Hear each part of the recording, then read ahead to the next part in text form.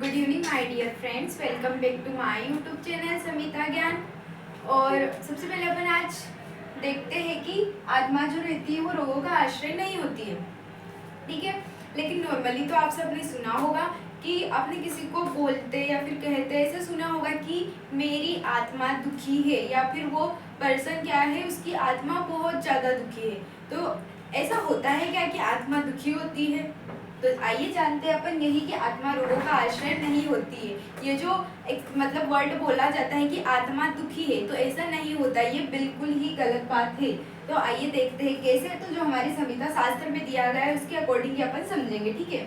तो यहाँ पे बताया गया है कि आत्मा जो है वो रोगों का आश्रय नहीं है। तो कैसे नहीं है? क्योंकि आत्मा क्या है? निर्विकार है।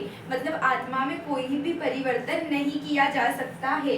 निर्विकार का मतलब ये हो गया, आत्मा क्या होती है? निर्विकार पर सत्व आत्मा सत्व भूत गुणेन्द्रिय, ठीक है। पर का मतलब क्या हो जाएगा? सूक्ष्म या फिर श्रेष्ठ होती है। और सत्व का मतलब मन, भूत का मतलब यहाँ से पंच महाभूत से लिया गया है, और गुणेन्द्रिय, ठीक है। पंच तन मात्रा भी इसमें आ जाएगी और इंद्रिय अपनी 10 इंद्रिय, तो इनसे क्या होती है? युक्त होती है। अब यहाँ पे इम्पोर्टेंट पॉइंट ये है कि आपको ये नहीं समझना है कि आत्मा जो रहती है सत्वभूत और गुणेन्द्रियों का क्या होती है? कॉम्बिनेशन। ऐसा नहीं है, ये गलत है, ठीक है। ये इनसे क्या होती है? युक्त होती है। अब युक्त कैसे होती है?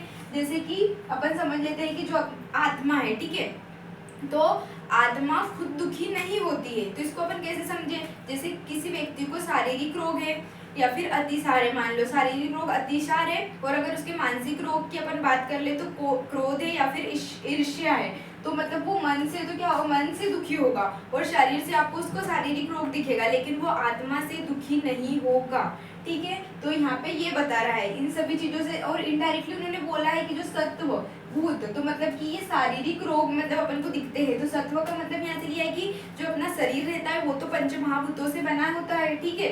तो इसका मतलब उन्होंने वहां से लिया इनडायरेक्टली, ठीक है।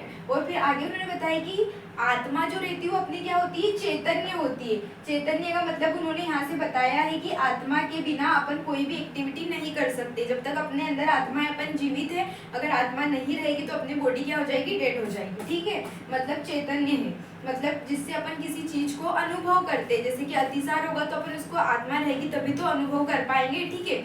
और फिर पता है कि जो नित्य होती है, नित्य का मतलब यहाँ से अपन सिंपली ही समझते हैं। नित्य का मतलब होता है कि आत्मा को ना तो पैदा किया जा सकता है, ना ही उसे हम क्या कर सकते हैं? नष्ट कर सकते हैं। मतलब आत्मा क्या होती है? अमर होती है, ठीक है, ये बताना चाह रहे हैं। और दृष्टा पश्यति ही क्रिया, पश्यति का मतलब होता है देखना, मतलब इनके द्वारा जो क्रिया हो रही है, जैसे इंद्रियों के द्वारा अगर देखने, चक्षु इंद्रिय का काम होता है देखने की क्रिया, ठीक है। तो आत्मा उन सभी चीजों को देखती है, ऑब्जर्व करने का काम होता है, ठीक है। बाकी आत्मा का रोल तो यही है कि इनको देखने का। बाकी वो क्या होती है? निर्विकार होती है। आत्मा एक्चुअल में दुखी नहीं होती है, ठीक है। जैसे अपन एक अच्छा सा एग्जांपल ले लेते हैं, जैसे कि एक बस का ड्राइवर है और बस है, ठीक है। तो जो बस का ड्राइवर है उसको अपन ने आत्मा मान लिया, और बस को अपन ने क्या मान लिया? शरीर मान लिया। तो जो शरीर है, बस है, वो तो किससे बनी हुई है? पंच महाभूत से बनी हुई है। लेकिन अपन ऐसा बोल सकते हैं कि जो आत्मा है वो शरीर से बनी हुई है? नहीं। तो आत्मा अलग ही है, वो क्या है? निर्विकार है, ठीक है। तो यही अपन आज के लिए इतना ही। अब मैंने आपको यहाँ पे रेफरेंस भी दे दिया है, आप बाद में इसको पढ़ भी सकते हैं। तो थैंक यू सो मच। अगर वीडियो अच्छी लगे तो लाइक, शेयर और सब्सक्राइब अवश्य करें।